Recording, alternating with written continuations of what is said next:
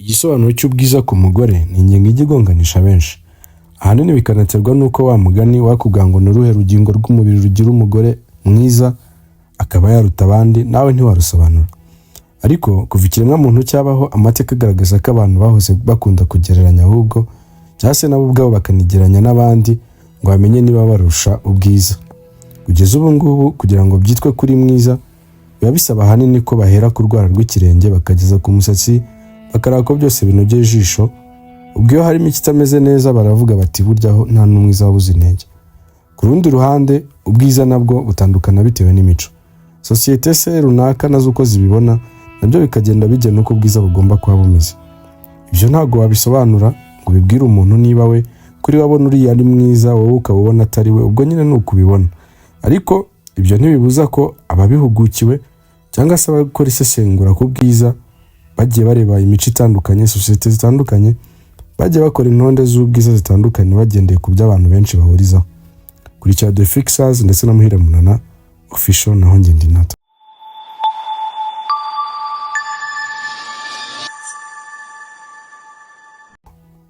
Ubwiza bwo mu maso ntibuhagije. Ibara ry'uruhu kuba rwose ruteye, kuba rutoshye rufite itoto, uko umubiri uteye aba ari byo bita body shape, hasi hanini hejuru hato, ingano y'umusatsi uko uteye, amaso meza uko asa, uko angana, inseko se uko imeze nayo. Ibyo ni bimwe mu bagore b'abirabura bagomba kuba bujuje kugira ngo bitwe ko ari beza. Gusa kuba uruhu rweraho cyane cyane nko muri Aziya bica ku bindi, cyane cyane nk'ingano, kuba uri mutoya unanutse no kugira uruhu rusa neza. Kwitwa umugore mwiza muri Aziya ugomba kuba ufite uruhu rwiza kandi runyereye. Abazungu bo cyangwa se abo bita aba western bo cyane cyane abo mu burengerazuba nyine hagomba no kwiyongeraho ibirenze birebwa n'amaso. Ahubwo kwitwa umugore mwiza ugomba kubuza ubwenge, ukaba uzi kuba wakoresha ubwo bwiza nyine bugaragarira amaso mu guhanga udushya, aribyo creativity. Kubasha kuba wayobora mu nzego runaka se, no kuba kandi uzi kwita ku kugaragara. Ugasanga umuzungu aravuga ko umuntu ari mwiza nyamara we wamureba ukaba utari kubibona, ariko bo bita cyane mu mutwe kurenza n'ibindi. Iyo ukoze ubushakashatsi nturambirwe ahantu hatandukanye, haba mu bitabo cyangwa n'imbuga zikomeye za interinete, henshi hahurizwa ku kuba nta mugore cyangwa umukobwa uragira ubwiza buhingayinga bw'umwamikazi wa Misiri Cleopatra. Kuva abantu babaho hagenderwa ku bigwi bagezeho, ubwiza se burimo ubwenge bwinshi, yewe yaburushije abamubanjije n'abariho ubu ngubu. Ndetse Cleopatra yihariye ibintu byinshi byamugize umugore mwiza abayeho kurenza abandi bose. Mu mateka make uyu mugore urahogoje abami bose bayoboye isi mu gihe cye. Papa we yitwaga Ptolemy wa 12 Orestes. Aba Ptolemy bayoboye Misiri bigizwemo uruhare n'umwe mu bajenerali wizerwaga wari inshuti ya Alexander the Great, akaba ari umwami w'abami w'Ubugiriki. Icyo gihe akaba ari nawe wari uri kuyobora isi, afite kwigarura kwinshi kw'ibihugu. Umujenerali we rero umwe witwaga Ptolemy yaje kwiyomekaho Misiri, arayigarurira birangira ayigize ubwami bwe. Aravuga ati ubu Misiri izajya iyoborwa n'aba Ptolemy. Nuko nguko aba Ptolemy baje gusimbura ku ngoma abafarawo, birangira aba Ptolemy bagiye bayobora Misiri bagenda bakurikirana. Cleopatra rero yavukaga ku mu Ptolemy wa 12. Aha rero abanyamisiri kuko bari n'abahanga cyane mu by'imibare, iby'imyubakire n'ibindi byari bigezweho mu isi icyo gihe, byatumye Alexander the Great umwami w'abami nawe ahagira icyicaro gikuru cy'ibintu byinshi, yaba iby'imico, yaba iby'ubugeni n'ibindi byinshi, birangira umurwa mukuru awise Alexandria. Cleopatra rero n'ubundi akaba yaravukiye ibwami kuko papa we nawe yabaye umwami nyine muri ba Ptolemy twavuze wa 12. Nyina ariko bivugwa ko we atigeze amenyekana. Igihe papa we yapfaga, Cleopatra yayoboye Misiri afatanyije na musaza we. Gusa ibintu ntibyaje gukunda kuko baje gushwana, bikanababyara intambara hagati mu Misiri ariyo civil war, igihe yayoboranaga n'uriya musaza we wari Ptolemy wa 13. Nyuma igihe umwami w'abami Julius Caesar wayoboraga Roma yari amaze igihe gito yimye ingoma, mu mwaka wa 48 mbere y'ivuka rya Yesu, yagerageje kunga Cleopatra na musaza we witwaga Ptolemy wa 13, ariko biranga. Nyuma Ptolemy wa 13 yaje gupfa ari nawo biteye, kuko igihe Julius Caesar yaraje ngo amwunge na mushiki we, uyu Ptolemy yaragiye ahubwo we abagabaho igitero bari mu ngoro y'ibwami ashaka ko habatsinda. Birangira Julius Caesar yatumyeho intumwa i Roma, hoherezwa abandi basirikare bo kuza kumufasha. Birangira Ptolemy aguye muri urwo rugamba. Cleopatra byangiye ayoborana na musaza we wundi witwaga Ptolemy wa 14. Kuva aha rero umwami w'abami Jules Caesar yagiye ajyana ubucuti budasanzwe na Cleopatra bwaje kuvamo n'umwana Caesarion. Cleopatra yaje kujya i Roma hagati y'umwaka wa 46 na 44 mbere y'ivuka rya Yesu ari umushyitsi, ariko birangira agumye mu ngoro y'ubwami. Jules Caesar hashize igihe gito nawe yarishwe, ndetse na wa musaza we wundi wari warasigaye ari umuyobozi mu Misiri ariwe Ptolemy wa 14 nawe yarishwe. Nguko uko byatangiye rero, birangira Cleopatra ageze i Roma ndetse yisanga agiye kuba hafi n'umwamikazi. Bigenze gutyo, Cleopatra yahise yimika umuhungu we Caesarion yari yarabyanye na Jules Caesar aba Ptolemy wa 15 ajya kuyobora Misiri. Hagati ariko Cleopatra yari akiri i Roma. Roma iki gihe nicyo gihugu cy'igihanganye cyari mu isi. Nyuma y'urupfu rwa Jules Caesar, Roma yahise iyoborwa na komisiyo idasanzwe, aho bahisemo abagabo bagomba gusimbura Jules Caesar bakayobora Roma. Abo hari Mark Antony, Lepidus na Octavien.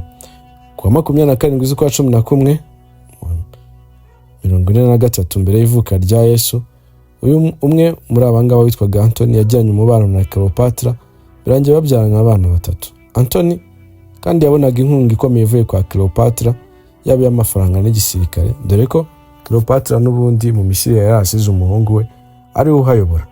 Mu kwigarura ubwami bw'Abaperesi n'ubwami bw'Abaromeniya, Antony wari umwe muri babandi bari bayoboye Roma, yakoresheje amafaranga yari yarahawe na Cleopatra kuko bari banafitanye ubucuti bukomeye.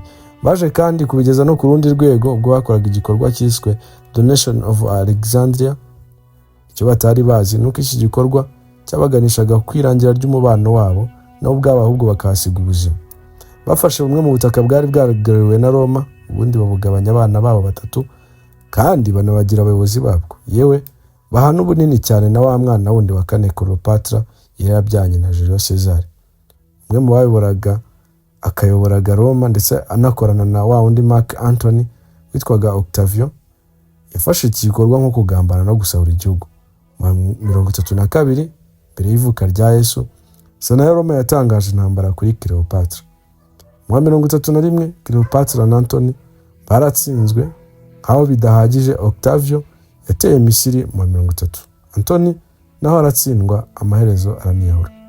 Cleopatra amenye ko Octavien afite gahunda yo kumujyana i Roma mu birori byahakorerwaga, bikitabirwa n'imbaga z'abantu benshi bishimira intsinzi, ikizungerezi Cleopatra yari yahuye araniruga.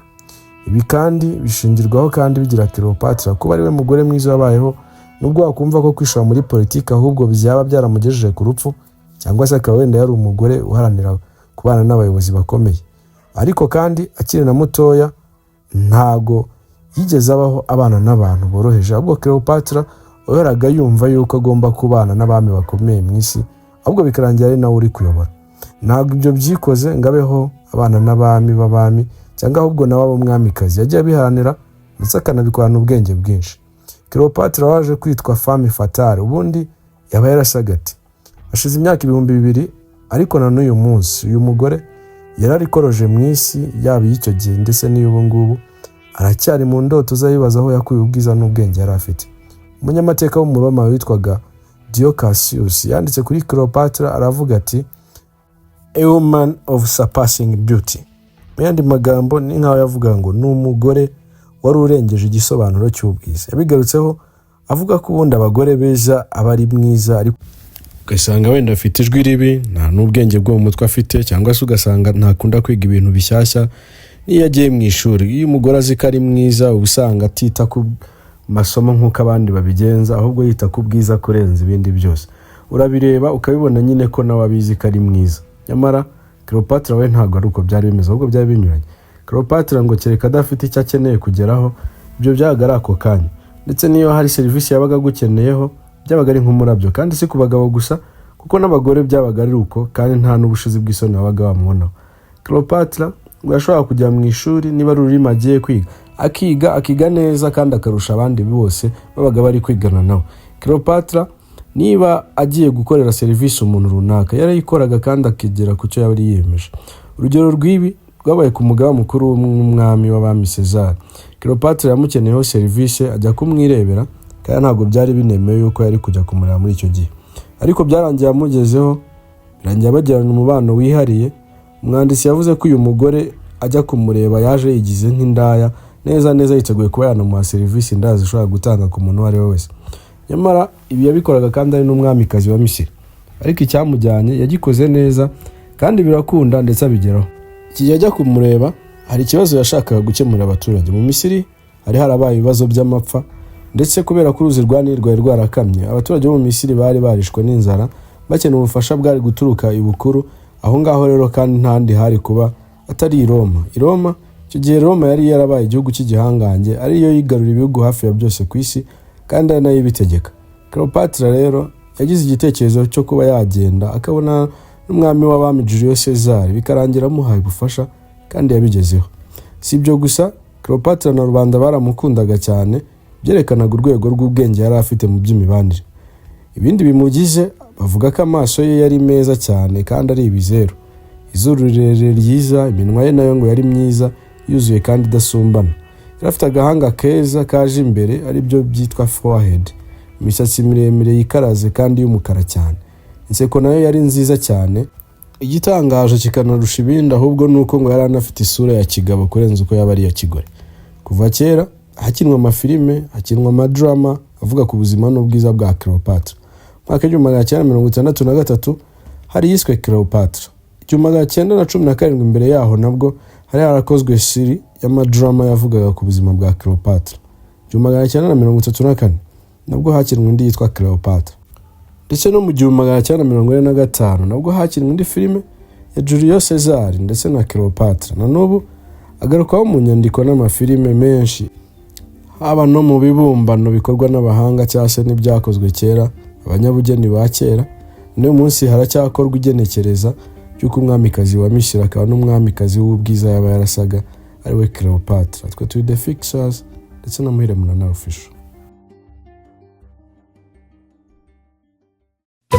Umva ngufitiye amakuru meza cyane kandi ashimishije. Ngwino muri iFix Technology Limited maze tuguhe product zose za Apple waba ukeneye, harimo machine, telefone, amasaha n'ibindi byose. Uretse kubiguhera ku giciro cyiza, muri iFix tuzakugira inama nziza zo kubyitaho, kandi nibinahura n'ikibazo tuzagufasha byoroshye kubisana. N'ibindi bikoresho byose electronic ukeneye biri hanze y'igihugu tugufasha kubitumiza maze bikakugeraho mu buryo bworoshye. Ibijyanye na CCTV cameras ku mutekano wawe, aho ukorera cyangwa se aho utuye, ibi nabyo tuzabigukorera mu buryo bworoshye. Tugurisha imodoka ndetse tunagufasha kuba zakugeraho uri hose byihuse. Dusure kuri Y3 /iFix /RA